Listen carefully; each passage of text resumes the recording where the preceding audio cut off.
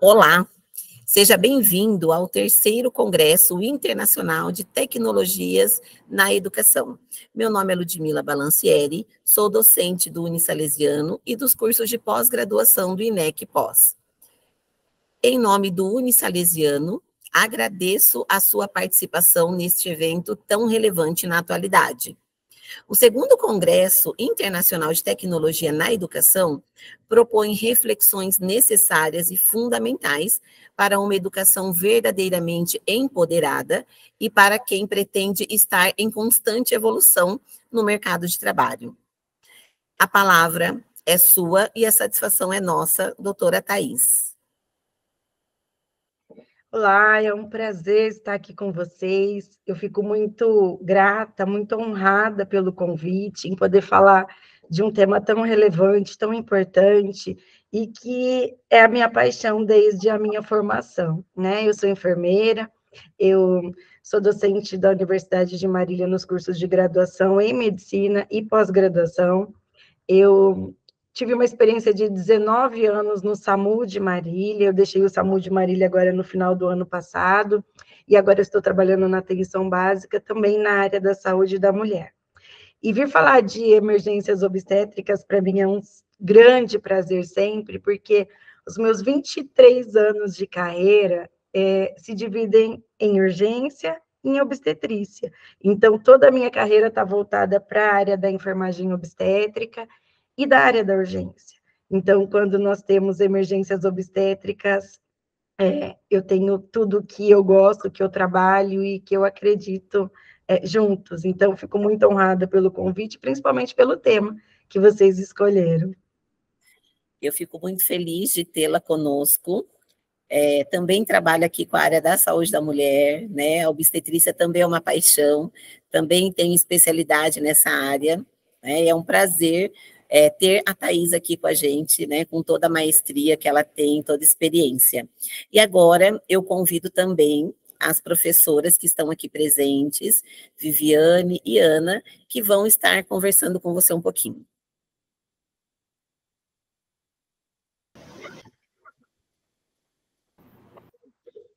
Oi, Thais. Eu sou a professora Ana. Também sou responsável pela supervisão de estágio de urgência e emergência. Seja muito bem-vinda. Obrigada. Olá, professora Thais. Seja muito bem-vinda nesse nosso evento. Obrigada. Muito obrigada pela participação. Eu que agradeço sempre. É muito bom sempre estar com vocês, é muito bom revê-las e poder contribuir um pouquinho com o aprendizado de todos. Fico muito feliz. Obrigada. Então, agora a Thais pode começar, tá? Com a palestra, para abrilhantar ainda mais este evento que tem a finalidade de propor aí, né, uma reflexão em relação à teoria e à prática. Fique à vontade, professora. Joia. Vocês conseguem ver minha tela? Sim, está dando para ver. Perfeito. Então, falar de emergências obstétricas, né? Quando a gente pensa nesse tema, e eu gosto de começar com essa imagem, que ela reflete uma bomba relógio. Quando a gente pensa em gravidez, é claro que a gravidez é um momento maravilhoso da vida da mulher, é um momento de muita alegria, de muita expectativa, porém, nós não podemos nos esquecer que é um momento também que traz riscos. Então, não existe gestação isenta de risco. Essa nomenclatura nem existe na ciência, né? Existe a gestação de risco habitual e existe a gestação de alto risco. Então, quando a gente pensa em gestações de risco habitual, nessa palavra já está inerente a possibilidade de alguma coisa dar errado. É claro que a maioria dá certo, né? Eu preciso enfatizar isso, senão ninguém mais quer engravidar. É claro que a maioria dá certo, é claro que sempre a natureza se encarrega de fazer tudo acontecer, porém, em algumas situações, a gente tem complicações. E nós precisamos falar disso, né? Temos uma realidade no Brasil que, embora tenha melhorado muito ultimamente, ela ainda está muito aquém do que se deseja para um país como o nosso. Então, nós temos ainda uma mortalidade materna que, embora tenha diminuído, é 3 vezes o que a Organização Mundial da Saúde recomenda. Então, se nós olharmos para os últimos dados que nós temos aqui de 2018, essa redução de 58% nos colocou ainda numa taxa de 3 vezes mais o que é o recomendado pela OMS. Então, nós temos como recomendado, como ideal, que a gente tenha 20 mortes maternas para cada 100 mil crianças que nascem. E se a gente pensar na nossa realidade de 2018, por exemplo, nós temos aí ainda perto de 60 mortes, né? Então, é uma coisa que nós precisamos ainda pensar onde está a falha e o que nós podemos fazer para melhorar esses dados. Para vocês terem uma ideia, em países desenvolvidos, por exemplo, no Japão, a taxa de mortalidade materna por nascidos vivos é de 6 para cada 100 mil nascidos vivos. Nós estamos em 60, nós estamos em 10 vezes mais. Então, isso ainda no nosso país pode variar de acordo com a região, entre 44 e até 110. Então, nós ainda precisamos trabalhar bastante essas taxas. É importante a gente frisar que mortalidade materna é toda morte que acontece estando a mulher grávida e até 42 dias após o parto. Então, qualquer morte que aconteça na gravidez ou até 42 dias pós-parto é mortalidade materna. E hoje nós temos como campeã no nosso país as doenças hipertensivas, principalmente a eclâmpsia, tá? Então, a gente teve, claro, uma redução, se vocês perceberem, de 2000 para 2011, porém, a hipertensão, mais especificamente a eclâmpsia, é o que mais mata, seguido das hemorragias e das infecções puerperais. Então, aqui, quando a gente fala em hemorragias, são tanto hemorragias na gravidez, quanto as hemorragias do puerpério. Muito mais as hemorragias do puerpério, né? Então, é um dado que a gente precisa trabalhar, a gente precisa entender que muitas mulheres ainda não estão tendo acesso aos cuidados. Então, quando a gente vai avaliar o porquê dessas mortes, a gente sempre cai no acesso. Então, essas mulheres não têm acesso a, no mínimo, 6 consultas de pré-natal, que seria o recomendado. Então, 99% da mortalidade materna do mundo está nos países subdesenvolvidos. E isso está totalmente relacionado à falta de acesso, tá? Então, é importante que a gente saiba que existem causas obstétricas que são diretas e indiretas. O que são mortes maternas diretas? E aí a gente vê que 67% das nossas mortes aqui no Brasil acontecem por causas obstétricas diretas. Obstétricas diretas são aquelas que estão diretamente relacionadas à gestação. A mulher não teria morrido naquele momento da vida dela se ela não estivesse grávida. Então, por exemplo, a eclâmpsia, a hemorragia durante a gestação e pós-parto, tudo isso são situações que só aconteceram porque essa mulher estava grávida ou puérpera. Então, essa morte materna, ela traz para a gente esse grande dado de quase 70% de morte materna direta, que essas mulheres estão morrendo porque estão grávidas, tá? Se não estivessem grávidas, talvez não morreriam. E aí a gente tem só 30% de causas obstétricas indiretas, que são aquelas que não estão relacionadas à gravidez. Por exemplo, uma mulher que está grávida, porém ela morre de acidente de trânsito. Uma mulher que está grávida e ela é vítima de uma violência. Então, tudo isso nos faz ver que o problema está na nossa assistência. Está na assistência pré-natal, está na assistência do parto e do puerpério, tá? Nós temos aqui alguns manuais que eu trouxe para vocês verem como a gente ainda está engatinhando nesse processo. Em 2002, surge o primeiro manual escrito do Ministério da Saúde, que é o Manual de Gravidez, Parto e Puerpério. Foi um manual que veio para tentar uniformizar as condutas, principalmente na atenção básica, porque o curso do ALSO, e aqui a gente tem o ALSO, é um curso de emergências obstétricas que ele já existe há mais de 20 anos, e ele tem tentado atualizar as pessoas em relação a essas emergências. O que acontece com o ALSO?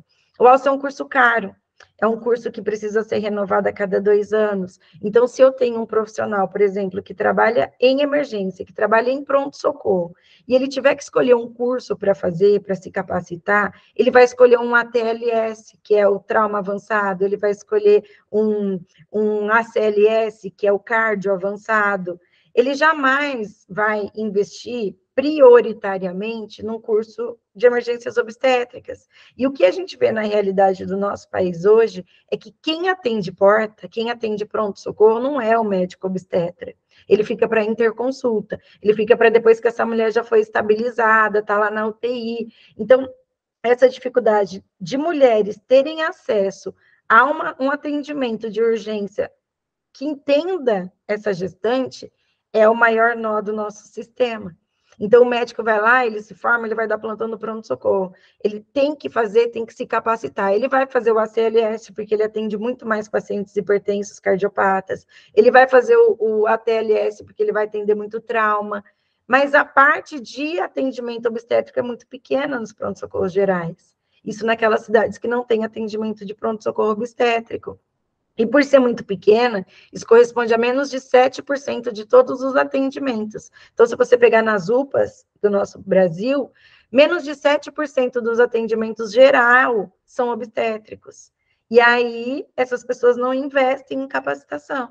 E aí, quando chega a gestante, talvez alguns profissionais não consigam tratá-la da forma como deveria. E isso é um grande nó. Então, a gente tem esse manual de 2002, que veio capacitar o pessoal da atenção básica. Depois a gente tem o manual de acolhimento e classificação de risco, que é de 2015, e a gente tem a última atualização, que é da Organização Pan-Americana de Saúde, que é o manual de manejo e prevenção da hemorragia obstétrica. Então, a gente vê que a capacitação, o investimento, ele é pequeno, ele tem mais de 5 anos que a gente não tem nada publicado de atualização de emergências obstétricas. Então, isso está relacionado a esse excesso de mortes também. Então, falta informação, falta acesso aos profissionais, a cursos que são acessíveis, né, do ponto de vista financeiro mesmo, para que se capacitem em emergências obstétricas. Aí a pessoa só vai se ligar mesmo de que precisava saber a hora que chega uma situação que não sabe lidar. Tá? Quando a gente fala de emergências obstétricas, e aí essa figura choca um pouquinho, mas é justamente para a gente dizer que a morte também pode estar presente numa situação de gravidez. Pode estar presente no trauma, pode estar presente nas crises hipertensivas, como eu falei, que é a principal causa de morte, e pode estar presente nas complicações de parto. E justamente nós precisamos entender que essas mortes acontecem por inadequação do cuidado. Por nós não entendermos a gestante como gestante com todas as suas particularidades, que são de ordem anatômica, hematológica, respiratória, gástrica, de coagulação, até mesmo alteração postural. Então, se nós pensarmos na grávida, ela já começa com uma alteração anatômica super importante. Ela tem um abdômen gravídico, ela tem um útero em desenvolvimento que, por exemplo, numa situação de trauma, está exposto. O útero nunca foi um órgão exposto. Eu trabalhei 19 anos no SAMU, eu nunca atendi trauma de útero. A gente atende trauma de baço, trauma de fígado, né? Mas o útero, ele está guardadinho lá na pelve. Então, raramente as mulheres têm traumas de útero quando não estão grávidas. Porém, na gravidez, essa alteração anatômica faz com que esse útero fique super proeminente e super exposto. Então, a gente tem as 40 semanas de gestação, um útero que está lá perto do rebordo costal, e que num trauma, num acidente, por exemplo, por arma branca, por arma de fogo, é um órgão que está exposto, tá? A gente tem as questões posturais, que essa gestante deitada em decúbito dorsal, ela tem a compressão da sua veia cava, então a gente tem a veia cava como uma veia que é possível de se comprimir, o peso do útero, do volume do líquido amniótico, do bebê, da placenta, comprime a veia cava. Então, nós temos uma paciente que não pode ficar deitada de barriga para cima o tempo todo. E aí a gente tem que pensar naquela gestante que precisa ser transportada numa prancha. ela tem que, quando ela tem risco de um trauma raquimedular, ela precisa ser transportada de forma que esse útero não comprima a veia cava. E aí, nesse caso, nós temos que fazer uma lateralização do útero somente, porque nós não podemos mexer na coluna cervical. Então, isso já é um ponto importante lá do atendimento pré-hospitalar, que as pessoas precisam conhecer. Não é raro uma gestante ser colocada em prancha para transporte e ela começa a piorar o seu estado, porque começa a diminuir o débito cardíaco dela, porque não chega sangue no coração, porque a veia cava dela está comprimida pelo volume do útero. Quem já foi grávida um dia sabe que grávida não consegue nem dormir de barriga para cima. Então, a gente tem que levar em consideração isso no atendimento pré-hospitalar, para que a gente não infira em erro, tá? Então, essas coisas a gente precisa entender. O que é diferente na gestante? Nós não podemos pegar um protocolo lá do ATLS e simplesmente transportar para o atendimento de gestante. Eu preciso entender suas particularidades, e elas são inúmeras. Eu vou listar algumas aqui para vocês, mas elas são muito. E é muita coisa acontecendo em pouco tempo. A gestação, ela dura em torno de 40 semanas, mas o diagnóstico vem perto da 6ª, 8ª semana, então a gente tem aí pouquíssimo tempo para que tudo isso aconteça. E é importante que tudo isso que acontece com a gestante, ela modifica a resposta, ela modifica a forma como ela vai reagir a um trauma, a um sangramento, a uma hipertensão. Então, uma das grandes transformações que acontecem na gestante é em relação à parte cardiovascular. A gestante, ela tem um incremento de 50% de volume sanguíneo. Então, ela aumenta aí o volume de sangue dela muito. Se eu tenho hoje 4 litros de sangue, hipoteticamente, circulando no meu corpo, eu, enquanto grávida, eu tinha 6 litros. Quando chega lá nas 32 semanas de gestação, eu tinha 6 litros de sangue. Então, eu tenho um aumento desse volume de sangue. Porém, esse aumento de volume de sangue, ele não é para ser comemorado, porque se a gente pensar, tem mais sangue, então se perder, beleza, vai sobrar. Não vai sobrar, porque ela é hemodiluída. Ela tem aumento de plasma, porém o hematócrito não consegue dar conta de acompanhar esse aumento plasmático. Então ela fica com o sangue, vamos dizer assim, mais ralo. Ela tem mais volume sanguíneo, porém ela não tem a mesma proporção de células que transportam oxigênio. Então, a gente diz hemodiluição gravídica. Quando ela perde também hemácias, e isso vai fazer falta. Então, ela tem um volume aumentado de sangue, porém, isso não é importante para quando a gente pensa em transporte de oxigênio. Para segurar essa quantidade de sangue que ela tem a mais, ela tem uma vasodilatação generalizada. A natureza é sábia. Se só aumentasse o volume de sangue e deixasse os vasos do mesmo jeito que eles estavam, a gente teria todas as gestantes hipertensas. Porque vocês sabem que quando a gente mexe com o tônus do vaso, quando a gente contrai um vaso, a gente aumenta a pressão. Essa é a função da adrenalina no nosso corpo. Então, se eu entro num estado de choque hipovolêmico, eu começo a sangrar muito, uma das primeiras respostas que eu tenho é que a adrenalina faz meus vasos contraírem para que a minha pressão suba. E se a gente pensasse que eu não tenho vasos contraídos, eu tenho outra forma de fazer essa pressão subir, é dando volume. Então, quando eu dou volume, eu tenho aumento de pressão. Então, se a gente pensar na gestante que aumenta o seu volume em 50%, a gente teria o risco de todas ficarem hipertensas. Por que que todas não ficam hipertensas? Porque existe uma vasodilatação que já começa lá na inserção da placenta. A hora que a placenta se insere, essa mulher já começa a ter uma vasodilatação generalizada. Por isso que no começo da gestação, toda gestante é mole, sonolenta, pressão cai, porque ela já começa a ter essa vasodilatação para acomodar esse volume sanguíneo que está aumentado. Então, ela tem substâncias vasodilatadoras circulantes, né, que são as prostaciclinas nesse caso. Qual que é o problema de tudo isso? Então, vamos lá, ela tem mais sangue e ela tem vasodilatação generalizada para acomodar esse volume de sangue. Então, a placenta fica o tempo inteiro liberando substâncias vasodilatadoras. Quando essa mulher entra num estado de choque, como eu falei para vocês, ela começa a sangrar, ela tem, por exemplo, respostas de adrenalina que pedem para que esse vaso contraia. Só que vocês têm que lembrar que eu acabei de dizer que esses vasos estão sob ação de substâncias vasodilatadoras, e aí começa uma briga no organismo materno. A adrenalina pede para o vaso contrair, mas ela tem a placenta liberando substâncias vasodilatadoras. Isso atrasa muito a sintomatologia do choque na gestante.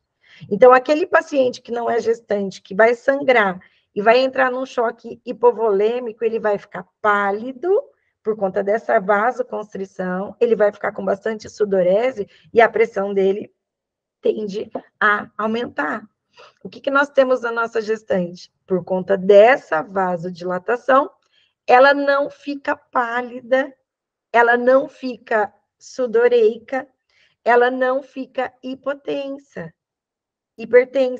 ela fica mais hipotensa, só que a gestante já é hipotensa. Então, a gestante fica ali pleníssima até ela perder 30% a 35% do seu volume.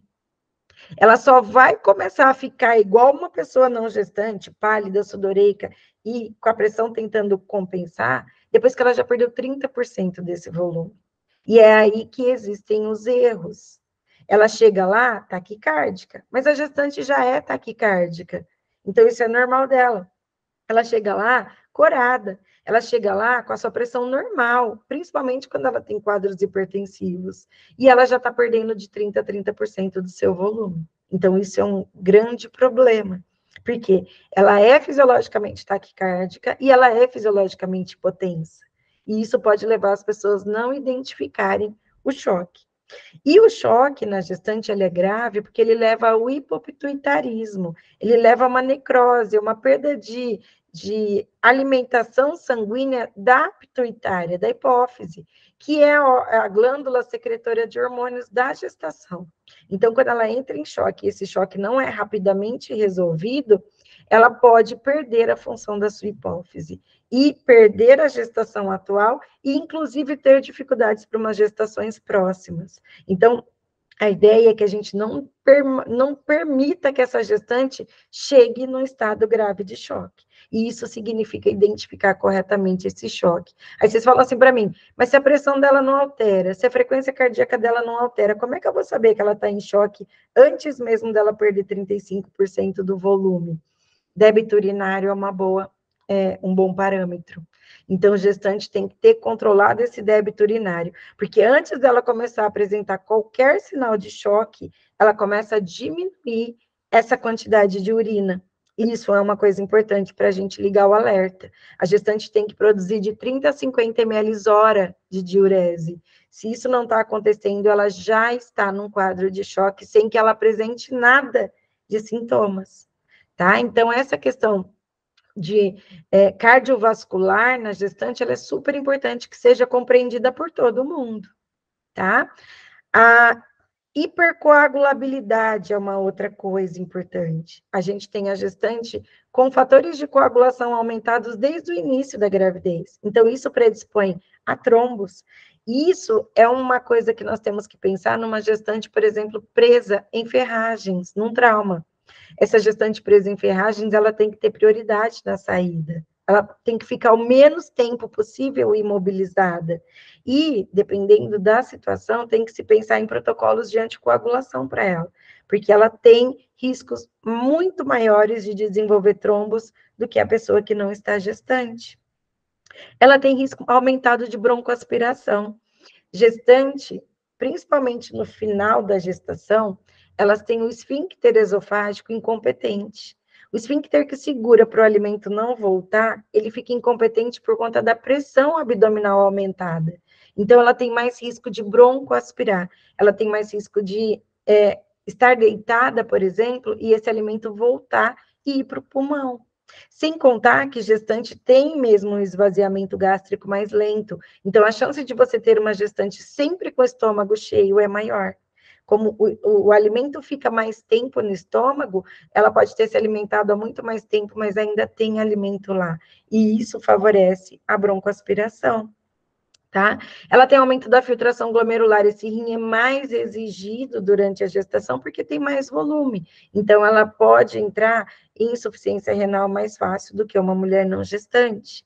E a parte respiratória? A parte respiratória foi a que mais matou mulheres na época do H1N1. As pessoas não sabiam tratar gestantes, porque gestante tem uma dificuldade, ela tem menos complacência pulmonar. O útero crescendo, ele diminui a expansibilidade desse pulmão.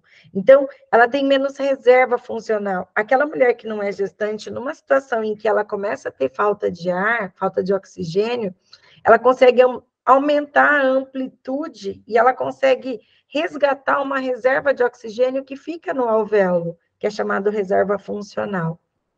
Quando ela está no estado gravídico, o aumento do volume uterino não permite esse aumento da expansibilidade desse pulmão e não permite o resgate dessa reserva funcional que fica comprometida. Então, ela entra num estado de hipóxia muito mais rápido. O que aconteceu na época do H1N1? No H1N1, essas mulheres necessitavam de ventilação mecânica agressiva, precisavam aumentar muito a pressão do respirador. Porém, elas não tinham complacência, elas não tinham pulmão para expandir. E aí elas acabavam fazendo atelectasias, e acabavam fazendo pneumotórax, e acabavam morrendo. Então, agora no COVID, nós conseguimos manejar melhor isso. Então, eu estava lendo até um artigo da OPAS, que dizia que as mulheres morreram gestantes no COVID, não pela falta de manejo, que nós aprendemos isso lá no H1N1, infelizmente, a custo de muitas mortes maternas, mas a falta de acesso. Então, as gestantes que morreram não foram porque foram manejadas inadequadamente, elas morreram porque não conseguiram ter acesso às UTIs. Então, isso é bom, se a gente pensar. Pelo menos já estão sabendo manejar melhor uma gestante na parte respiratória, uma gestante que está grave, né? Ela tem um aumento do consumo de oxigênio também. Então, às vezes, o que eu consigo ventilar bem uma mulher que não é gestante, eu não consigo numa gestante. E aí, essa questão de parâmetros de ventilação mecânica é super importante que sejam ajustados para essa condição gravídica. Então, vocês já viram que a gestante, ela tem muita coisa diferente da mulher não grávida. E isso pode levar a consequências sérias nesse atendimento. Então, quando eu falo de emergência traumática, quando eu falo de emergências obstétricas, eu tenho que lembrar das emergências em geral, que existe um protocolo, uma sistematização de atendimento, que é o XABCD. Quem já estudou trauma sabe que esse X entrou agora em 2019, antes do ABCDE, como hemorragias exsanguinantes. Isso não mudou na nossa gestante. Não mudou porque continua sendo a mesma sistemática, tá? Então, quando eu tenho o atendimento ao trauma da gestante, eu tenho o Fzinho lá no final. E o Fzinho lá do final é do feto. Isso é para nos mostrar que nós temos que nos preocupar com o feto depois que eu estabilizei essa mãe. Porque a gente tende a ver aquele barrigão grávido e a gente fica muito preocupada com aquilo. Tem um feto, tem outra vida. Só que essa outra vida depende exclusivamente da vida materna. Então, quando eu falo de protocolo de trauma, principalmente, eu tenho que o melhor cuidado que eu posso dar para aquele feto é o melhor cuidado com a mãe. Então, eu só vou me preocupar em avaliar aquele feto depois que eu garantir que essa mãe não tem uma hemorragia exsanguinante, que eu garantir que a via aérea está pérvia, que tem uma boa ventilação, que a parte circulatória está ok, que não existe um déficit neurológico, que eu já expus, já vi essa mãe por completo, aí sim eu vou me preocupar com esse feto, tá? Para a gente não correr o risco de ficar chocado com a gestação e não nos preocupar em estabilizar bem essa mãe. Então, agora que vocês já entenderam todas essas particularidades da gestante em situações de emergência, eu vou falar um pouquinho dos traumas, das emergências hipertensivas e hemorrágicas. Rapidamente, eu vou passar algumas situações que são importantes que vocês tenham esse conhecimento. Então, quando a gente fala de trauma em gestante, a gente tem que pensar no trauma abdominal, que é o que diferencia ela das outras mulheres não grávidas. E a gente tem traumas abdominais fechados e traumas abdominais abertos. Nos traumas fechados, que são a principal causa de morte, até porque eles levam a um descolamento prematuro de placenta e a rotura do útero, são as duas principais causas, a mortalidade materna é muito alta. Diferente do trauma, no trauma abdominal fechado, a mortalidade é muito alta.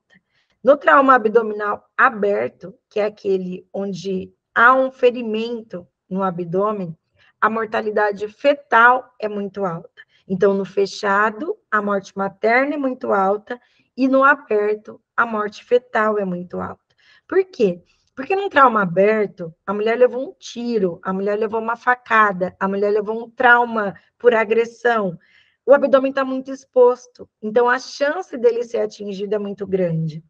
E quando esse abdômen é atingido, por exemplo, por uma arma de fogo, como vocês estão vendo aí nessa imagem, eu tenho que em 71% das vezes esse feto vai morrer. Por quê? Porque é ele quem recebe a maior energia dispensada. A energia cinética daquele trauma, daquela facada, daquele tiro, vai todo no feto. E aí, esse feto, teoricamente, protege a mãe. Então, se parte dessa energia é gasta no feto, ela se perde no feto, ela protege a mãe.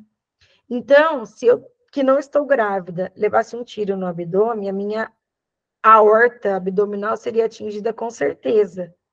Numa grávida, antes desse projétil chegar na aorta abdominal, ele se dissipa no feto. Então, é por isso que a mortalidade fetal é alta e a mortalidade materna é baixa.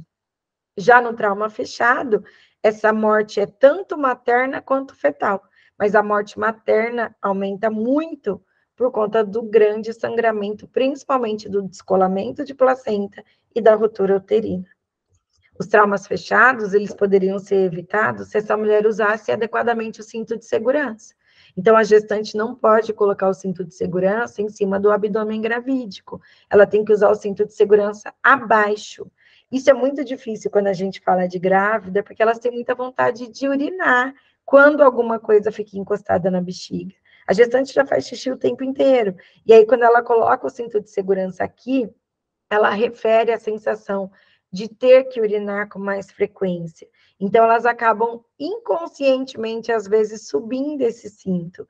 E a hora que há um trauma, esse cinto ele trava no abdômen. Isso leva a descolamento de placenta e ruptura do útero. E isso é muito grave tanto para o feto quanto para a mãe. Já existe comercializado esse cinto para gestante, existe para vender, porém ele não foi muito difundido aqui no Brasil e também não teve uma adesão muito grande, porque a gestação é um período curto de tempo e ele precisa ser colocado na montadora de veículo, na concessionária. Então dá muito trabalho, as pessoas acabam não dando importância para ele, embora o custo não seja tão alto, tá? E ele salva a vida de muita gestante, porque ele não permite que esse cinto trave no abdômen. Uma outra coisa que a gente pode recomendar é que a partir do momento em que ela encostou a barriga no volante, ela não deve mais ser motorista.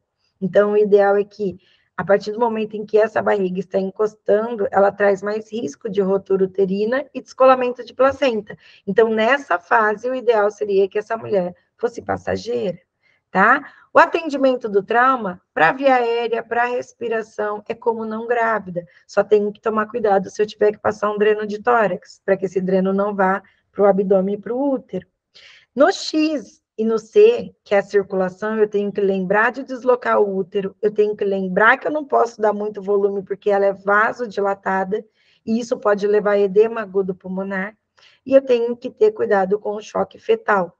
O choque fetal só vai acontecer se houver choque materno, tá?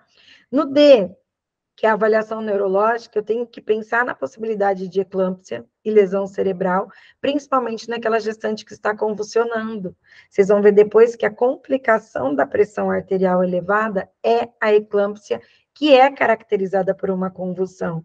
Então, eu não sei, quando eu pego uma gestante que houve um trauma, se ela convulsionou e bateu o carro, ou se ela bateu o carro e convulsionou. São duas coisas totalmente diferentes. Se ela convulsionou e bateu o carro, pode ser uma eclâmpsia. Se ela bateu o carro e convulsionou, pode ser uma lesão cerebral. E aí eu preciso ter uma história que me diga isso, e eu preciso saber avaliar para não tratar de forma errada, O E é como na não grávida, e o F é a avaliação do feto. E aí vale a pena uma ausculta intermitente com sonar, se possível um ultrassom com Doppler, e um acompanhamento de pelo menos 24 horas para que eu tenha certeza de que está tudo bem com esse feto. E quando essa gestante entra em parada cardiorrespiratória? A parada cardiorrespiratória na gestante, ela exige alguns cuidados. Embora o protocolo seja o mesmo, em termos de drogas e de conduta, é o protocolo da American Heart Association, não tem uma diferença, é o mesmo. Porém, eu tenho que lembrar que ela precisa de mais oxigênio, então eu preciso ventilar ela de uma forma mais agressiva. Eu preciso lembrar que ela tem a compressão da cava inferior, então eu tenho que deslocar esse útero para a esquerda, mesmo durante as manobras de reanimação, vou mostrar na próxima imagem.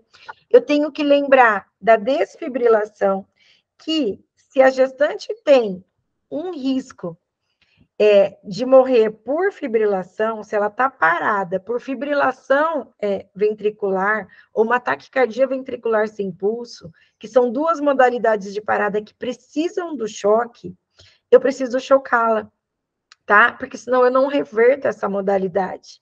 Porém, eu preciso chocá-la sabendo que a mortalidade fetal é de 100%. Se eu aplicar 360 joules numa gestante, para desfibrilar um coração que está parado, fibrilando, eu tenho que saber que 100% dos fetos vão morrer. Então, eu tenho duas opções. Eu tenho a opção de desfibrilar a gestante, sabendo do risco de morte fetal, quando esse feto é inviável, e ele é inviável antes das 23, 24 semanas de gestação.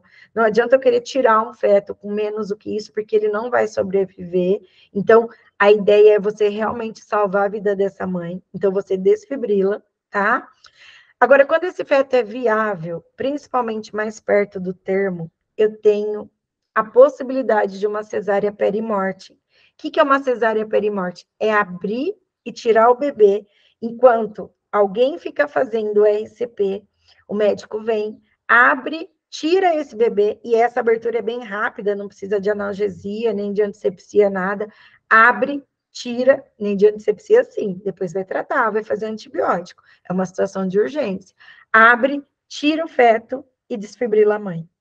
Esse é o protocolo, tá? Então, abre-se rapidamente esse útero, tira-se esse feto vivo e imediatamente após a retirada do feto, choca o bebê. Isso é a cesárea perimorte, é uma indicação quando há necessidade de desfibrilação materna, ok? E aí, quando essa mulher já foi dada como morta, então vamos pensar num trauma, isso é cesárea pós-morte. Quando tem um trauma que houve um esmagamento craniano. Se isso é morte evidente, eu não tenho como sobreviver a um trauma desse. Se eu conseguir tirar esse feto até 15 minutos após esse trauma, eu tenho a chance dele estar vivo. E isso chama cesárea pós-morte. Eu tenho que considerar isso quando esse trauma é presenciado e quando é possível que esse feto seja retirado em até 15 minutos, tá? Eu não vou fazer cesárea pós-morte numa mulher que parou, que morreu por choque hipovolêmico, porque nessa o feto já morreu, tá? A gestante em parada, olha lá, tem que ter o seu útero lateralizado.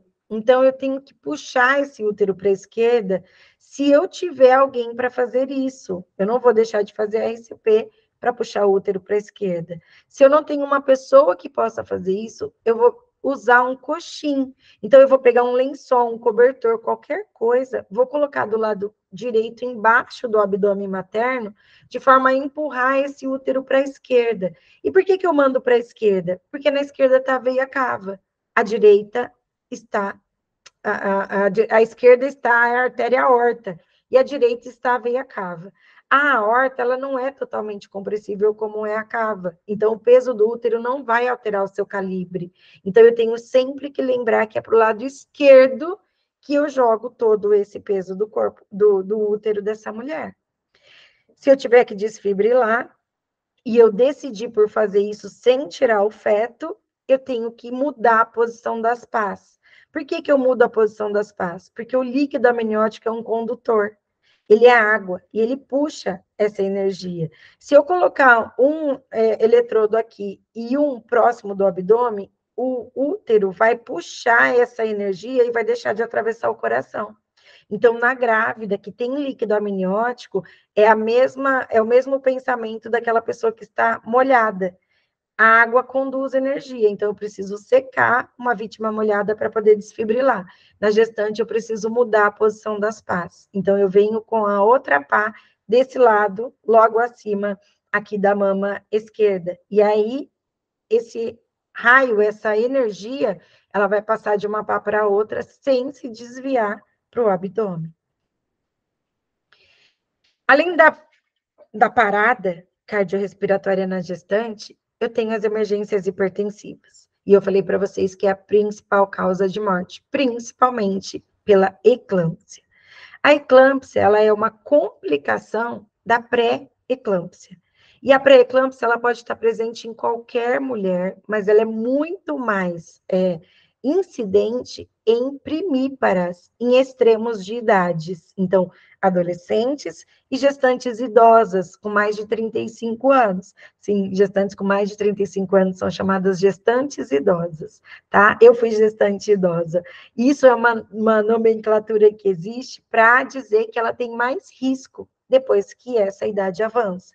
Então, a pré-eclâmpsia, ela pode acontecer nos extremos e principalmente na primeira gestação. Ela se caracteriza por aumento dos níveis de pressão arterial após as 20 semanas. Então, não é uma condição que acontece no início da gestação. Por isso, da importância do pré-natal. Ela vai começar lá com 20 semanas. E ela é caracterizada por um defeito, por uma falha na acomodação sanguínea pela placenta. Então, a placenta, a hora que a anidação, a hora que esse ovo fecundado vai se implantar e formar uma placenta, esse fluxo sanguíneo ele tem que ser de baixa resistência. Então, existe uma dilatação das artérias espiraladas do útero.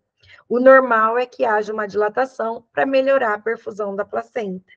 No caso da pré-eclâmpsia, isso não existe. Ao invés de ser uma dilatação dessas artérias, há uma constrição por causa de substâncias vasoativas. Então, essas substâncias, que é o tromboxano, ela faz uma vasoconstrição para impedir uma boa anidação. E essas substâncias vasoconstritoras, elas saem para a corrente sanguínea. E essa mulher acaba fazendo um vasoespasmo. Esses vasos ficam todos contraídos. No começo da gestação, isso não é um problema, porque o volume sanguíneo não aumentou. Mas passa a ser um problema do meio da gestação para frente, quando esse volume sanguíneo aumentou e esses vasos, ao invés de estarem dilatados, como eu falei no início, eles estão contraídos, eles estão espásticos. E isso faz com que, neste momento, essa pressão arterial comece a subir. Então, eu tenho aquela mulher que vai normal, com 20 semanas começa a ter aumento dessa pressão. Isso é a pré-eclâmpsia. E para que ela seja diagnosticada, ela tem que ter aumento da pressão arterial, proteinúria, então presença de proteínas na urina, tá? 300 miligramas em 24 horas. E um critério que antes existia, que não é mais, é o edema. Hoje ele não é critério diagnóstico, mas ele é um critério de alerta. Mulher que começa a inchar muito, a gente tem que pensar na pré-eclâmpsia, tá? Existe a pré-eclâmpsia superajuntada, que é a pré-eclâmpsia na mulher que já é hipertensa de base. Isso também é muito grave, porque ela já é hipertensa de base, então ela já tem uma vasoconstrição e ela ainda adquire essa hipertensão da gestação. Então, ela tem as duas somadas. Isso leva a um risco maior de eclâmpsia. A gente tem a hipertensão transitória, que são picos hipertensivos que acontecem na gestação, que não vem com proteinúria, não vem com edema, é só um pico, talvez às vezes até pelo estresse que essa mulher fica no final. E a gente tem a hipertensão coincidente, que ela não é uma hipertensão da gravidez, ela é uma hipertensão de base, mas que foi diagnosticada na gravidez. Essa pode acontecer na primeira consulta de pré-natal. É muito comum que a mulher não afira a pressão arterial durante a vida. Aconteceu comigo, que sou enfermeira. Não aferia a pressão. Fui na primeira consulta de pré-natal, 17/12 de PA. Meu obstetra falou, isso daí é síndrome do jaleco branco. Eu falei, de jeito nenhum. Falei, eu não tenho síndrome de jaleco branco, estou muito acostumada com os jaleco branco da vida, vamos fazer um controle. Pois foi fazer e eu estava hipertensa, eu já era uma pessoa hipertensa. O diagnóstico foi feito na gravidez porque foi um momento de aferir a pressão arterial, porque nós, enfermeiros, não ficamos aferindo nossa pressão arterial todos os dias. Então, a hipertensão coincidente, ela pode acontecer ali, no primeiro dia da consulta de pré-natal. E ela não está relacionada com a gestação. De tudo isso, o que a gente tem que se preocupar mais? Com a pré-eclâmpsia e com a pré-eclâmpsia superajuntada. São situações que podem ser graves e que podem levar a óbito. Então, no pré-natal, eu tenho que me atentar a aumentos de 30 milímetros de mercúrio na sistólica e 15 milímetros de mercúrio na diastólica do início da gestação. Então, é por isso que eu tenho que marcar direitinho lá na carteirinha de pré-natal com que pressão arterial essa mulher iniciou esse acompanhamento.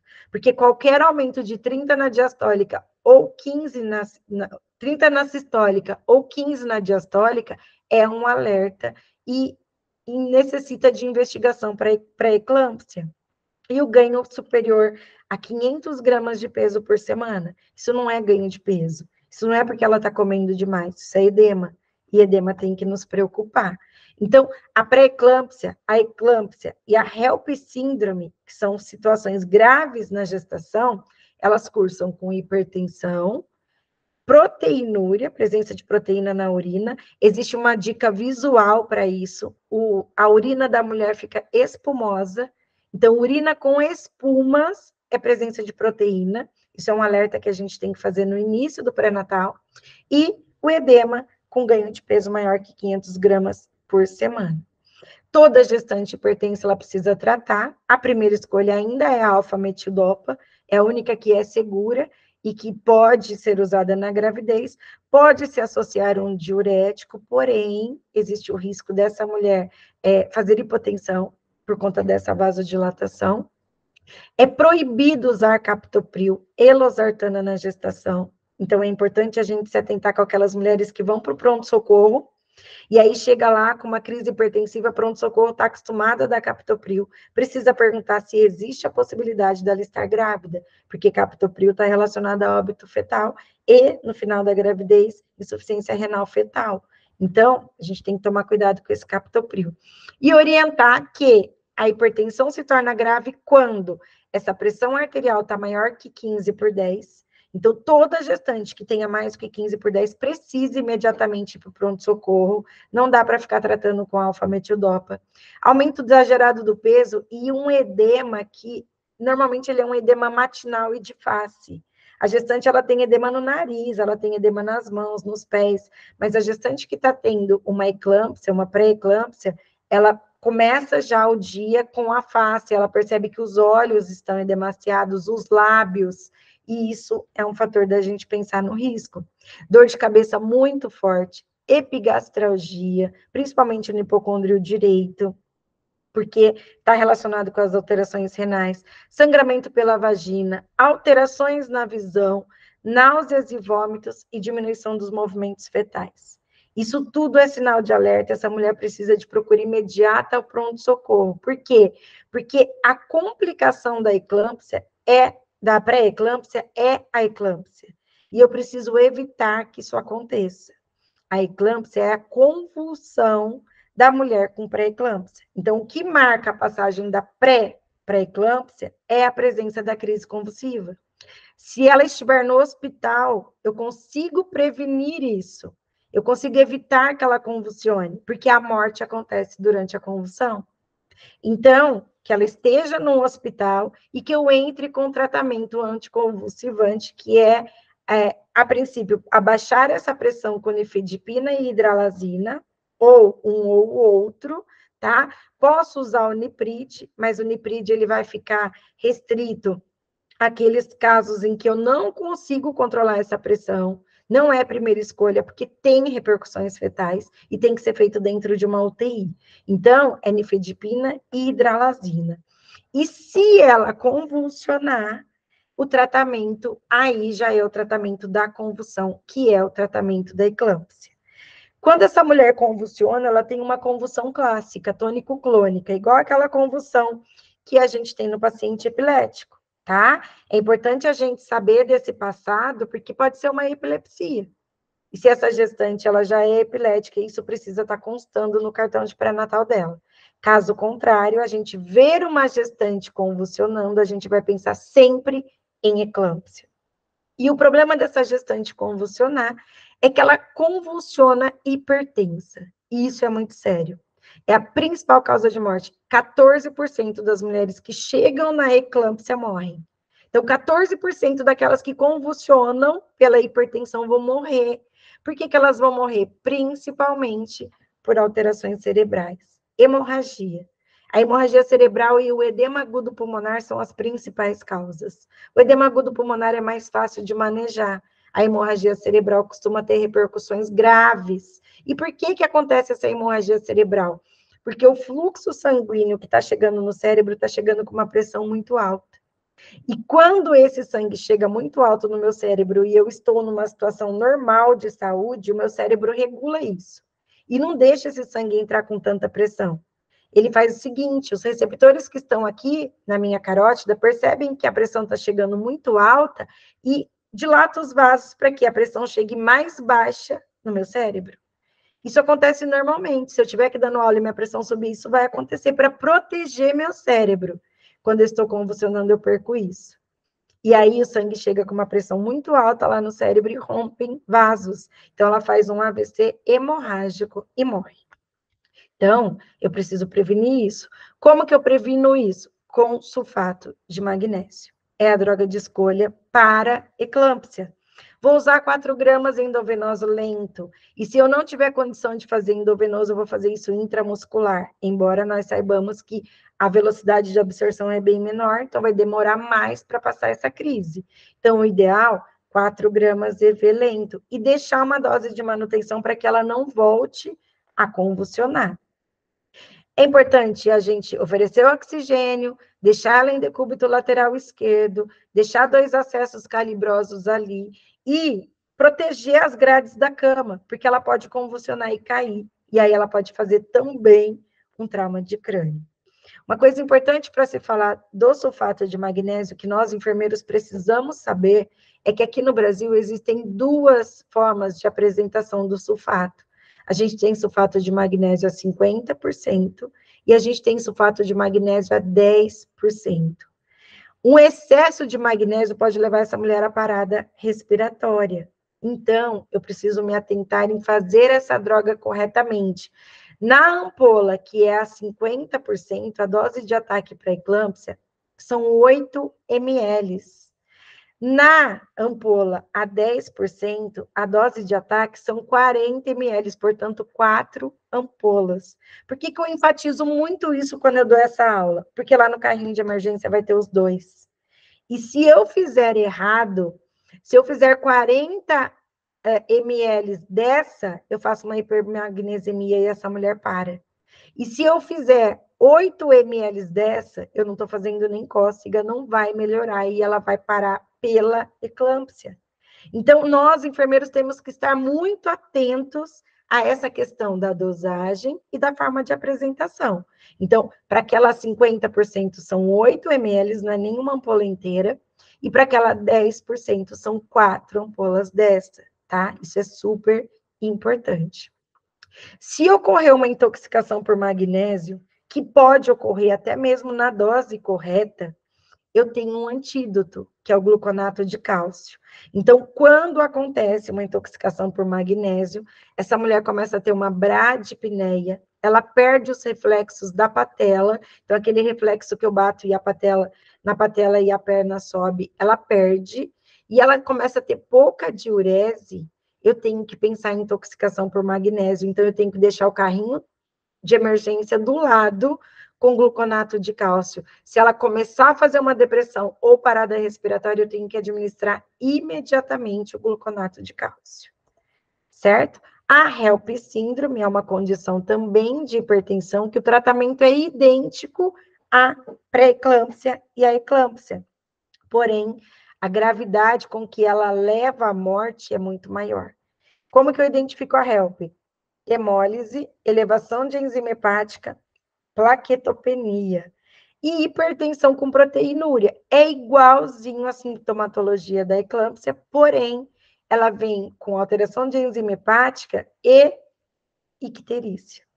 Então, eu vou me preocupar com aquela gestante que tem todo aquele quadro de hipertensão grave, proteinúria, e aí ela vem com alteração de plaqueta, com diminuição dessas plaquetas e alteração de enzima hepática. Ela está fazendo uma HELP.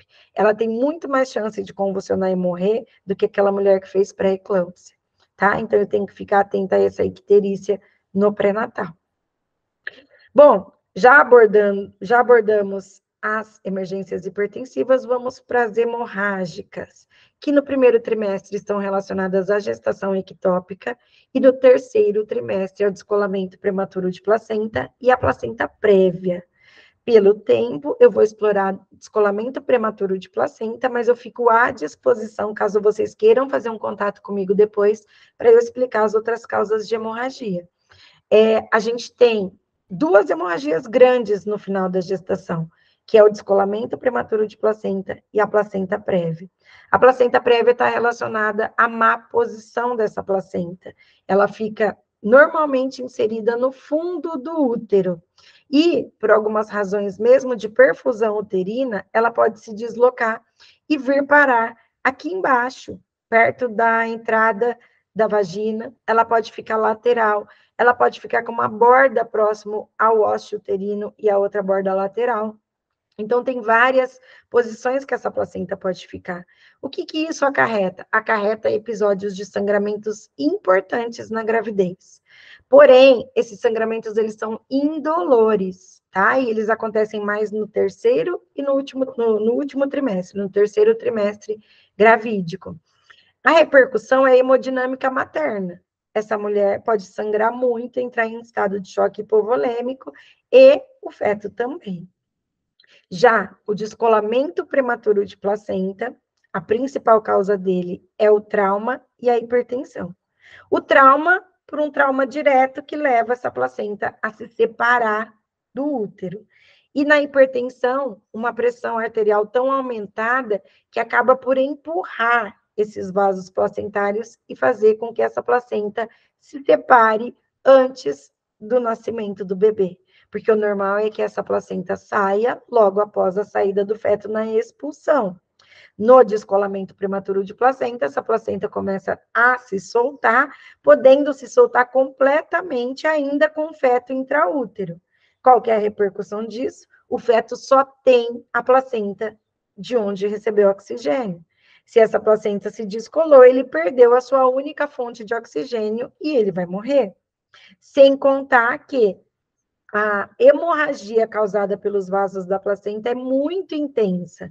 Então, elas levam também à morte materna. Então, eu tenho separação leve, que é a bordinha da placenta, que a conduta é expectante, é repouso e medicação. Eu tenho a moderada, que é 50% de descolamento. Esse feto já está sofrendo consequências da diminuição da oxigenação. Então, o parto tem que ser imediato para salvar a vida de ambos. E eu tenho descolamento grave, que acontece em torno de 70% ou mais, que aí eu preciso estabilizar essa mãe e realizar esse parto.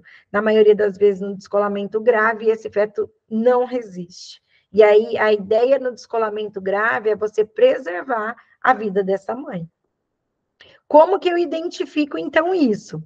Diante de um trauma, toda mulher que refere uma dor abdominal intensa e esse útero fica contraído é patognomônico de descolamento de placenta. Não tem que pensar em outra coisa. Eu tive um trauma, caiu da própria altura, bateu o carro, caiu de moto. Gestante não é para ficar andando de moto, mas elas andam. A gente tem que pensar num descolamento prematuro de placenta, tá? Se não, eu tenho que pensar nesse descolamento quando essa mulher tem um pico hipertensivo e entra em trabalho de parto depois, que é uma das causas também. Então, ela vem com hipertonia, a gente chama de útero em tábua. Esse útero fica duro, como se fosse uma contração que não passa. A gente tem que pensar nesse descolamento. E dor, diferente da placenta prévia, que eu falei para vocês que sangra bastante, mas não dói, no descolamento prematuro de placenta tem bastante dor. Tem sangramento vaginal, mas isso não é regra. Existe o descolamento prematuro de placenta com sangue oculto. Então, eu não tenho que ficar esperando ver aquela poça de sangue para pensar em descolamento prematuro de placenta. Muitas vezes ele está oculto lá dentro do útero e já sangrou um monte, já descolou um monte. Então, o sangramento não é regra, tá? O choque, essa mãe já está apresentando sinais de choque, e a gente tem o índice de choque, que é a frequência cardíaca sobre a pressão arterial. Se ele for maior que 0,9, essa mulher já tem choque instalado, isso é importante. E os distúrbios de coagulação? Essa mulher começa a sangrar por tudo, ela começa a sangrar pelas mucosas, você vai passar uma sonda, sangra, você vai fazer um acesso venoso, não para de sangrar. Então, isso é importante para o diagnóstico de descolamento. O diagnóstico é feito por imagem, então é ultrassom, não tem outro jeito de se fazer isso. Embora seja muito evidente esses sinais, é importante que seja feito um ultrassom até para se saber a quantidade de placenta descolada para determinar a conduta, tá? Oxigênio, débito urinário, controle sempre, vocês já perceberam em todas as gestantes. Sinal de choque, 2 acessos venosos com solução salina hipertônica. Em descolamentos maiores que 50%, geralmente o feto é morto. E aí a conduta é parto vaginal. E aí vocês se preparem para a polícia, para a reportagem, para tudo, porque a família não aceita que seja feito um parto vaginal de um feto morto.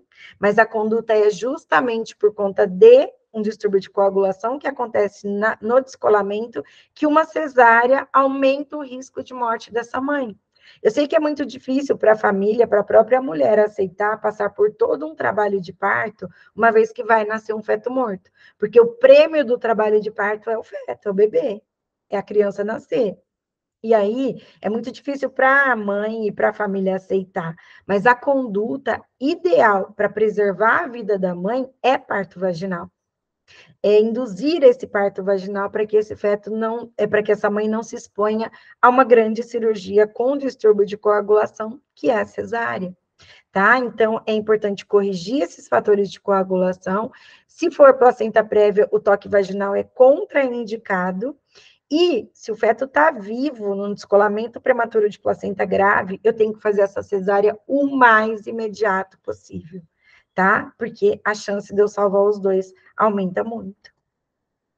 Bom, depois a gente tem as hemorragias puerperais, que aí é um outro capítulo, se vocês quiserem, é muito extenso e eu posso falar disso num outro momento, mas eu não posso deixar de enfatizar, para finalizar a minha fala, o trabalho multiprofissional.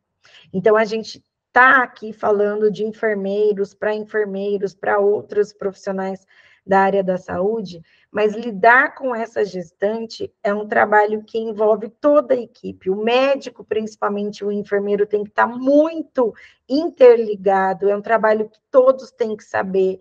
Eu falo que a gente tem uma especialidade na enfermagem, que é a enfermagem obstétrica, e que é a enfermagem de urgência, que são duas especialidades que dão muita autonomia para o profissional enfermeiro. Tanto na obstetrícia, nós podemos fazer parto, nós podemos fazer uma episiotomia, nós podemos fazer um pré-natal, quanto na urgência. Tem procedimentos que o enfermeiro pode fazer ali, junto com o médico ou não, e que são fundamentais para salvar a vida dessas pessoas. Então, nós que somos enfermeiros, a gente tem aí uma possibilidade de atuar em equipe muito grande. Então, de repente, eu estou num pronto-socorro, onde o médico não tem esse manejo da gestante, não tem esse conhecimento, eu, enquanto enfermeiro, posso ter e devo ter, e vou ajudar, e vou falar, e vou trazer protocolos, e vamos estudar, e vamos montar grupos. Como não se atendem gestantes muito frequentemente, eu preciso fazer grupo de estudo. Eu tenho que trazer situações, eu tenho que pegar casos que já existem numa literatura, ou até mesmo um caso que eu tenha atendido. Eu que trabalhei 20 anos quase na urgência, eu sempre prezei muito por discutir os casos depois. Então, a gente atendeu uma gestante, a gente ficou meio confuso na hora, não sabia o que fazer, vamos sentar e vamos pensar como deveria ter sido esse atendimento. E eu acho que isso é tão importante quanto ter alguém especializado ali. Eu não vou ter alguém especializado em obstetrícia em todos os pronto-socorros e em todas as UTIs do Brasil.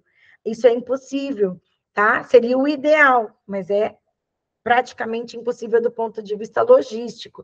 Então, eu preciso ter pessoas que têm interesse no tema e que estão dispostas a estudar, que estão dispostas a aprender, para que, numa ocorrência de uma emergência obstétrica, saibam como fazer o melhor para essa mãe e para esse feto.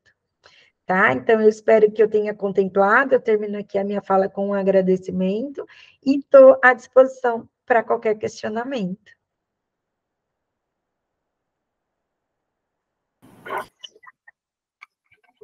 Thaís, muito obrigada pela sua palestra. Com certeza, todos os ensinamentos aqui descritos vão agregar muito à vida profissional dos alunos, dos profissionais que buscam, né, pelo aprimoramento e por mais informações.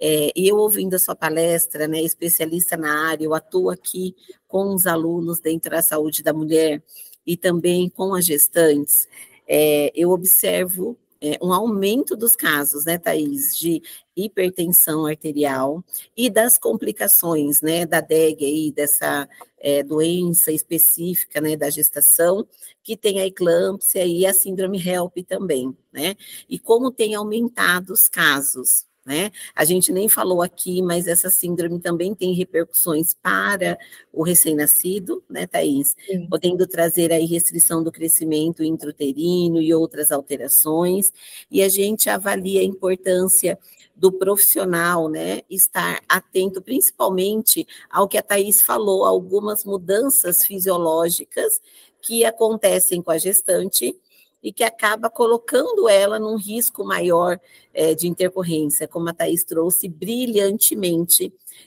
nessa apresentação. E aí a gente faz uma reflexão da importância do preparo dos profissionais que vão estar à frente desse binômio, né? Tanto na atenção pré-hospitalar, como na atenção primária e na atenção terciária, que é onde a gente pega as complicações, né? Então, um pré-natal bem feito, com certeza, ele reduz riscos de intercorrências, né? E complicações para a mãe e para o bebê. Então, Thaís, foi uma honra e um prazer estar aqui e te ouvir, né, nesta palestra. E agora eu vou abrir para que as minhas colegas de trabalho também façam suas considerações e perguntas para você.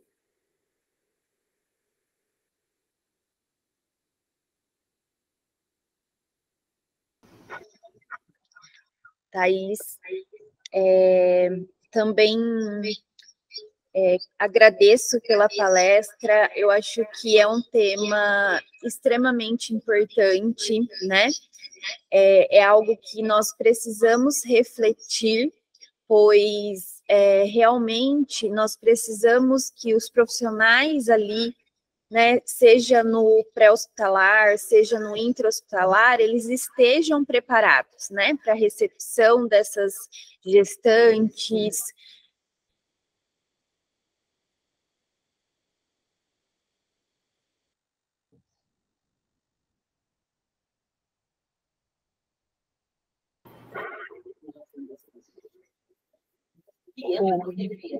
Oi, Thaís. A Ana travou. De qualquer maneira, parabéns, viu? Foi muito esclarecedor, principalmente para mim, que não tenho muita... Só um minutinho, por favor. Principalmente para mim, que não tenho muito conhecimento com gestante. E eu fiquei com uma dúvida. O sangramento na gestante tem um atraso nos sintomas, né? Que você falou. Sim. E ela não fica pálida, enfim. E você disse que uma das formas de avaliar é o controle do débito urinário. Sim. Mas no atendimento de APH, como que eu faço isso, essa avaliação? Na verdade, essa avaliação do choque hipovolêmico na gestante, ele tem que ser um alerta do APH, Mas essa questão da monitorização, ela acontece dentro do hospital, dentro do pronto-socorro. Como lá no APH nós não temos como fazer essa avaliação urinária, até porque nós não temos tempo hábil para passar uma sonda, para controlar esse volume, nós temos que ter cuidado com a quantidade de volume que a gente infunde. Porque hoje a gente já sabe, não só para gestante, mas para qualquer vítima de trauma, que nós não damos mais 2.000 ml de Ringer em bolos, como eu aprendi na faculdade, né? Era assim, 2 milão para todo mundo, pega 2 veias bem calibrosas e corre bem rápido. Inclusive nós do APH, se chegássemos no pronto-socorro e não tivesse corrido os 2.000, o pessoal ainda ficava bravo com a gente. Tinha que correr no meio do caminho apertando o soro para poder chegar aos 2.000 corrido. Hoje, a gente evoluiu, graças a Deus, nós não temos mais reposição volêmica agressiva nem na vítima de trauma que não seja gestante. Hoje é guiado pela pressão arterial. Isso é muito bom, porque diminui também os riscos de aumentar muito esse volume e causar um edema agudo pulmonar, por exemplo. Na gestante, no APH, nós não temos esse controle do débito urinário. O que a gente tem é que saber que nós podemos ter uma gestante em choque, mesmo ela não estando apresentando esses sintomas. Então, a gente vai fazer o quê? A gente vai fazer uma reposição volêmica cuidadosa. Nós não vamos chegar mandando 2.000 só porque ela está possivelmente sangrando. Essa reposição volêmica, ela é guiada pela pressão arterial dessa gestante, só que eu tenho que tomar cuidado, que se ela está hipotensa, vamos pensar numa gestante que eu peguei com 8/4 de PA. Se ela está hipotensa, eu não posso fazer ela chegar em 15/9. Eu tenho que ter esse cuidado, porque eu tenho que pensar que ela tem esse volume aumentado de líquido, que ela está vasodilatada, e que se ela não consegue contrair esses vasos para aumentar essa pressão, eu posso dar volume, que essa pressão não vai subir. E aí, por ela estar vasodilatada, o erro maior do APH é começar a dar volume querendo que ela chegue em 14/9 de PA. E ela não vai chegar. E eu preciso ter esse conhecimento, porque senão eu vou entregar uma gestante encharcada. Eu vou entregar um pulmão cheio de volume, porque ela está vasodilatada, ela já tem volume a mais. Se eu dou muito volume para ela, tentando chegar numa pressão que eu considero ideal, esse volume vai extravasar, vai encharcar esse pulmão, e aí eu tenho um outro problema.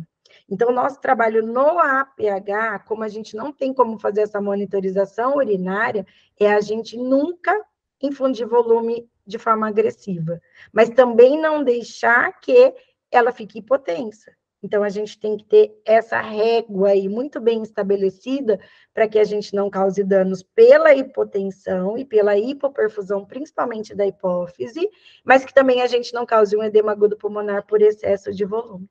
Então, tem que ter tato. E é aí que acontecem os erros, tá? A hora que chega no pronto-socorro, eu sabendo que a pressão pode não se alterar, ela pode não ficar pálida, e ela pode ter perdido 30% a 35%, aí sim o débito urinário é um ótimo parâmetro. Eu sondo essa mulher, elimino aquilo que veio de diurese e começo a contar. Claro que eu não preciso esperar 1 hora para ver se ela vai ter de 30 a 50 ml. Eu consigo fracionar isso para que rapidamente eu tenha uma ideia da oligúria. Deu 20 minutos da sondagem, essa mulher não apresentou diurese, ela está chocada. Tá? E o índice de choque também, que é um cálculo que a gente faz da frequência cardíaca sobre a pressão arterial, que também me dá uma ideia de que ela precisa de reposição volêmica. O problema dessa mulher é que ela não precisa só de volume, ela já está hemodiluída, ela precisa de sangue, ela precisa de concentrado de hemácia. Então, assim, dar soro para uma grávida também, só soro na tentativa de repor volume, é em vão, porque ela já tem esse hematócrito baixo, ela já está hemodiluída, ela já tem uma anemia fisiológica, e isso pode complicar o caso mais ainda. E aí que a gente fala da importância do cara que está lá no pronto-socorro saber, porque se ele tratar como uma não gestante, ele vai dar volume. Ele vai dar volume até chegar numa pressão ideal, e isso para ela pode ser prejudicial. Aí você chega na equipe multiprofissional. Né? A gente chega onde você fechou a sua o enfermeiro que tem que estar lá sondando, ele tem que ter esse manejo da diurese, ele tem que dar esse toque, olha, não está tendo diurese. Então, e esse é o papel fundamental do enfermeiro aí. O enfermeiro tem essa visão, nós temos essa capacidade de enxergar além. Então, a gente precisa se unir à equipe médica para dar o melhor para essa gestante. Obrigada, muito obrigada. Eu agradeço.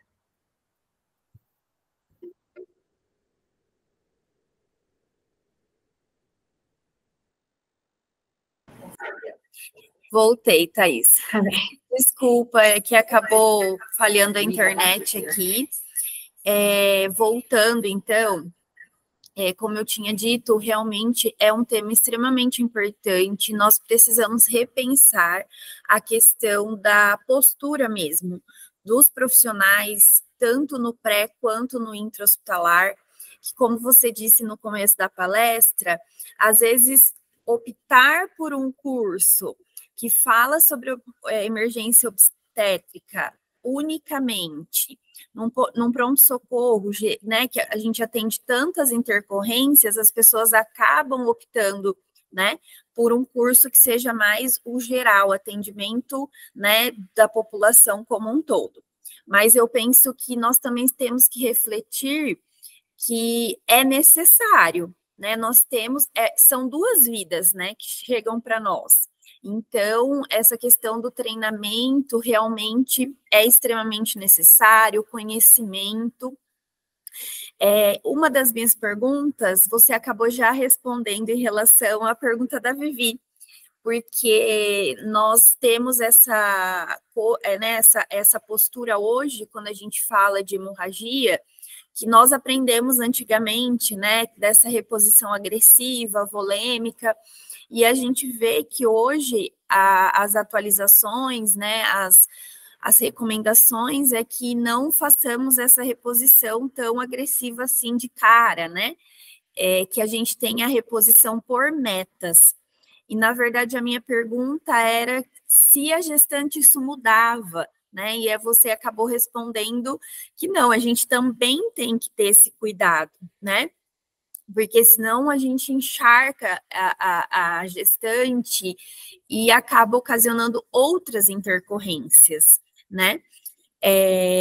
E a questão também da importância da hemotransfusão, né? Porque muitas vezes nós vamos ver que não adianta a gente só dar volume, né? A gente precisa também dos hematócritos, o que é para todos, não é só para gestante, né? Nós temos essa conduta para todos os atendimentos quando a gente fala de grandes hemorragias, de hemorragias exsanguinantes. Então, a minha dúvida era realmente essa. Então, na gestante, a gente também tem esse cuidado, né? Da mesma forma. E isso é uma coisa que a gente precisa que as pessoas entendam, porque realmente a sua fala, quando eu chego no pronto-socorro, as pessoas os profissionais ficam até de cara feia, porque o paciente chegou com um acesso, ou a equipe do APH, ela entendeu que não tinha necessidade de fazer, né, de puncionar um acesso. Então, nós precisamos igualar esse conhecimento, igualar a nossa fala, os nossos protocolos, as nossas condutas, para que a gente entenda, né, que hoje não tem mais aquela coisa que a gente aprendeu há anos atrás sobre 2 acessos calibrosos, reposição volêmica agressiva, enfim. Então, isso é importante também a gente trazer, né, aqui para todos, né, que estão aqui, os profissionais, alunos, entenderem que existem mudanças, né, em relação a esse atendimento, tá? E aí eu queria que você trouxesse aqui para a gente também quais seriam os fatores, né, que levariam a descolamento de placenta, se existem condutas diferentes de acordo com a causa que levou ao descolamento de placenta, como que a gente faria esse atendimento? Joia. Perfeita a sua colocação, é isso mesmo, a gente precisa conversar. O que a gente não vê é a integração dessas equipes, né? Essas equipes não se conversam.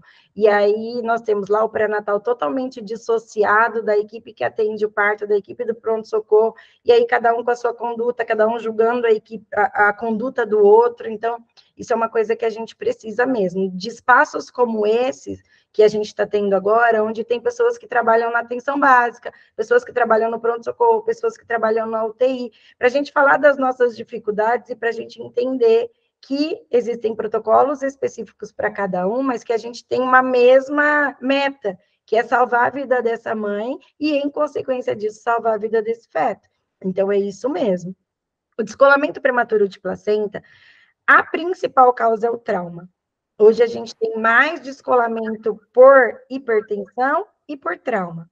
O trauma, ele é prevenível, então a gente tem como prevenir, a gente tem como evitar que essa mulher ande colada no volante. A motocicleta, ela não é recomendada para gestante em nenhum período da vida, porque em qualquer trauma ela está no chão, ela tem uma queda associada, então o ideal é a gente dizer que ela não deve andar de moto, mas a gente tem toda uma questão também de estrutura, que essa mulher não tem acesso a um outro tipo de recurso e acaba andando de moto. Então a gente evita, a gente orienta a evitar esse tipo de coisa. Que gestante não é para ficar subindo em alturas, porque elas caem, elas mudam o eixo gravitacional, então gestante ela tem menos equilíbrio por conta daquela barrigona que cresceu ali e mudou o seu eixo de equilíbrio. Então a gente tem como prevenir por trauma isso. Outras causas de descolamento são descolamentos anteriores, então uma mulher que já teve um descolamento de placenta anterior, ela tem mais risco. Então, isso a gente tem que ter um alerta. E a segunda causa, que é a hipertensão, a gente tem que evitar que essa pressão suba muito. Porque a hora que essa pressão sobe muito, ela disseca essa placenta. É como se aqueles vasos sanguíneos que estão com uma pressão muito elevada, eles empurrassem essa placenta de forma que ela se soltasse. Então, uma das formas da gente prevenir, pensando nas causas do descolamento de placenta, é evitar que essa mulher tenha picos hipertensivos.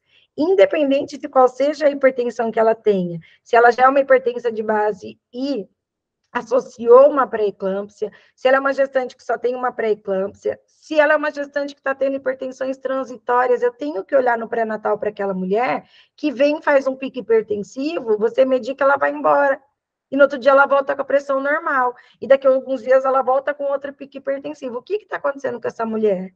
Ela está passando muito estresse, ela está preocupada com o parto, ela está num ambiente muito ruim, o trabalho está sendo um estresse para ela, e aí entra a questão de novo da equipe multiprofissional.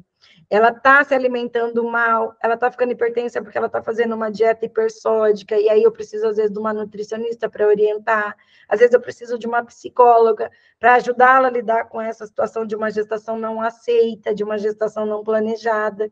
Tudo isso vai fazer com que melhore, e aí eu volto lá na fala da Ludmila da atenção primária, né, o pré-natal, o quanto pré-natal, eu estou podendo vivenciar isso, depois que eu saí do SAMU, eu fui para atenção básica, então eu estou vivendo pré-natal, e eu estou percebendo a importância hoje de você preparar uma mulher para engravidar, não é só o pré-natal, elas chegam para a gente muito mal de saúde, elas chegam para a gente hipertensas, elas chegam para a gente obesas, elas chegam com os exames laboratoriais todos alterados, e aí você tem que manejar isso nela já grávida. E isso tem despertado muito em mim a consciência de trabalhar aquela mulher que deseja engravidar, que ela engravide de forma mais saudável possível, para que você diminua essas repercussões. Então, um trabalho que precisa ser feito é com aquela mulher e com aquele pai, porque também a gente tem a repercussão do pai, da qualidade do espermatozoide. Então, hoje a gente tem condições de trabalho estressantes, pessoas que trabalham muito, pessoas que vivem estressadas, pessoas que se alimentam muito mal, e tudo isso repercute, tudo isso leva à hipertensão, que leva ao descolamento de placenta. Então, é um ciclo vicioso que a gente precisa cuidar dele lá no começo. Então, eu acredito que essas estratégias de melhorar a qualidade de vida da mulher na MENACME, a partir do momento em que ela pode engravidar, a gente precisa cuidar da saúde dela para que ela tenha uma gestação mais saudável com menos riscos. Isso vai diminuir muito a mortalidade materno-infantil, os custos hospitalares de internação, de atendimento e uma infinidade de benefícios para a vida dessa mulher. Então, eu penso que não deixá-la ficar hipertensa é tão importante quanto tratar um descolamento de placenta causado pela hipertensão. Thaís, eu ia falar exatamente isso, né? A importância da consulta de enfermagem no pré-natal no planejamento familiar, que é uma proposta também da atenção primária, realizar esse planejamento, porque muitas vezes essa gestante, ela inicia o pré-natal com alto peso, não é? Com os exames laboratoriais alterados, porque não se fez ainda o hemograma, muitas vezes já com a insulina alta, né, que isso a gente sabe que tem repercussões para a questão reprodutiva. Fora isso, a questão da suplementação. Não se tem um preparo, né, com ácido fólico que deveria ter ali em 3 meses antes da gestação. Então, a gente sabe que os hábitos de vida hoje têm influenciado, às vezes, de forma negativa para essa saúde, e aí elas chegam para nós com a gestação instalada, e aí a gente já não consegue mais trabalhar isso. Então, eu sinto também que precisamos estar realizando o planejamento familiar, né, Thaís, de forma mais efetiva. E uma coisa que o enfermeiro é nossa função, a educação em saúde com elas, porque muitas vezes elas não têm a percepção e o conhecimento da fisiologia, que já está contra ela, né, Thaís? A questão da hipercoagulabilidade, ela já tem, isso é inerente à gestação. Então, ela entendendo isso, imagine uma gestante que já está acima dos 35 anos, né, que já tenha uma fragilidade vascular, né, familiar, então ela tem muito mais risco, precisa ser triada e ela precisa ter esse autoconhecimento. A gente sempre fala que o autoconhecimento, ele também faz prevenção, né? Então, nós precisamos trabalhar com planejamento familiar, com autoconhecimento dessa mulher, acerca das atitudes que ela pode realizar em casa, que também reduza peso, reduza pressão, questão da alimentação, dos cuidados, mas a pessoa só faz isso quando ela conhece, né, Thaís? Então, olha quanta importância tem a questão multiprofissional, porque a gente identificando uma gestante ali que está acima do peso, ela vai para um pré-natal de alto risco, e ela vai ser acompanhada pelo nutricionista, né, pelo endocrinologista, porque aí os hormônios, né, a parte metabólica altera. E é importante que o enfermeiro tenha esse olhar, né, tenha esse conhecimento, não é, Thaís? Então, como é rico essa nossa conversa. Porque eu trabalho isso, porque é cultural. Eu tenho um ano que eu estou na atenção básica, eu nunca tive uma paciente que chegou para mim e falou assim, eu vim me preparar para engravidar. Eu nunca tive. As pessoas não fazem isso. A gente precisa levar essa informação. Então, assim, elas chegam e falam, agora eu vou parar de fumar, agora eu vou parar de tomar refrigerante, agora eu vou parar de comer... Thaís, mas eu acho que isso é um pouco nosso também, né? O que a atenção primária tem feito para otimizar a participação desses... A gente precisa trazê-las para nós, né? Para que seja feito o planejamento. Eu acho que aqui abre uma discussão para que a gente tenha reflexão da importância do profissional trazendo esses pacientes, né, e da importância do paciente buscando. Uma vez que a pessoa entende que o planejamento vai evitar complicações na vida do filho, é muito difícil aquela que não adere. Sim. Só aquela população que já tem mais outras dificuldades, que a gente sabe, né, que não vai aderir. Sim. Né? Muito interessante. Obrigada, viu, Thaís? Muito obrigada.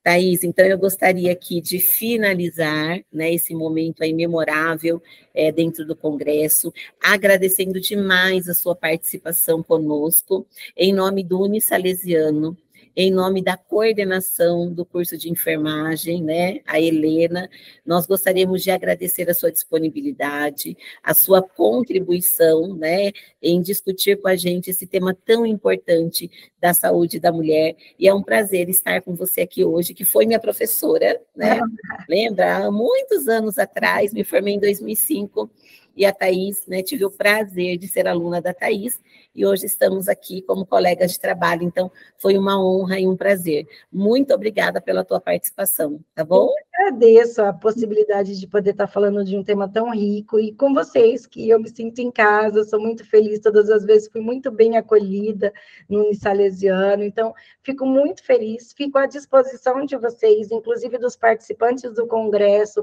as meninas têm o meu contato, se vocês quiserem disponibilizar, se ficar alguma dúvida, eu estou à disposição para responder. responder, para mandar material, para o que vocês precisarem. Então, contem sempre comigo. E muitíssimo obrigada por essa oportunidade.